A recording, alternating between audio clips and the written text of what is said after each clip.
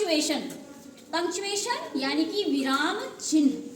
किसी सेंटेंस में, किसी वाक्य में जगह जगह पर कुछ चिन्ह लगे हुए होते हैं। वो किस काम आते हैं, क्यों लगाए जाते हैं, उसके बारे में हम पढ़ेंगे।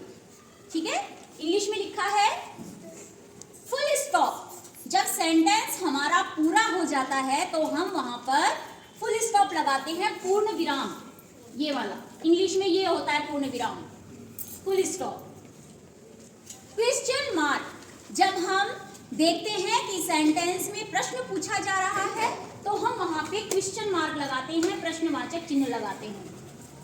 ऐसा एक्सक्लेमेशन मार्क, एक्सक्लेमेशन मार्क क्या होता है, जब हम एकदम आश्चर्य में भर करके कोई वाक्य बोलते हैं, ठीक है, तो सेंटेंस से ये पता चल रहा हो कि ये आश्चर्यचकित होने वाला है, तो वहां पर एक्सक्लेमेशन मार्क लगाया जाता है। ऐसा अरे,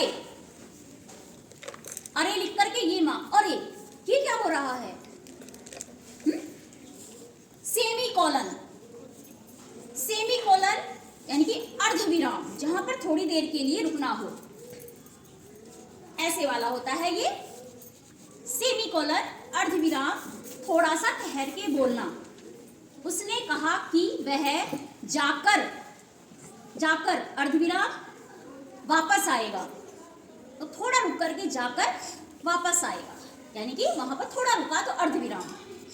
कॉलन, कॉलन क्या काम आता है, ये होता है, देखो ये स्पष्टीकरण के लिए आता है, पाठ का परिचय देने के लिए आता है, जैसे कि पाठ, लेसन, और ये लगा दो लेसन कौन सा है, इस तरीके से बताने के लिए इसका प्रयोग होता है। डैश, ये होता है डैश, निर्देश देने के लिए, उदाहरण देने के लिए हम इसका उपयोग करते हैं। उदाहरण डैश, फिर हम बताएंगे। कोमा, कोमा ऐसा होता है यानी कि अल्प विराम, रुक करके फिर बोलना, ठहर कर सेंटेंस को आगे बढ़ाना।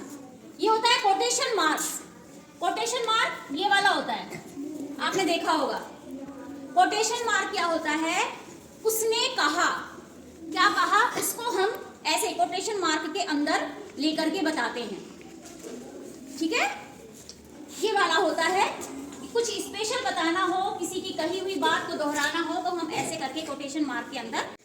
हाइफन, ये इसका चिन्ह होता है, और ये जो डैश का चिन्ह होता है इससे छोटा होता है।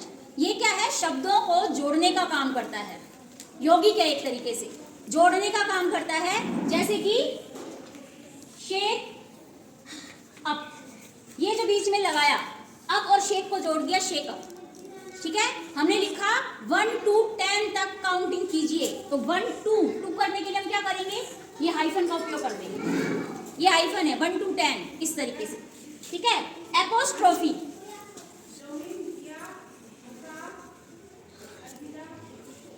एपोस्ट्रोफ, एपोस्ट्रोफ ये होता है, इसमें देखो कोटेशन मार्क में 2 कोमास लगे हुए हैं ऊपर, और एपोस्ट्रोफ में 1 कोमा लगा होता है ऊपर।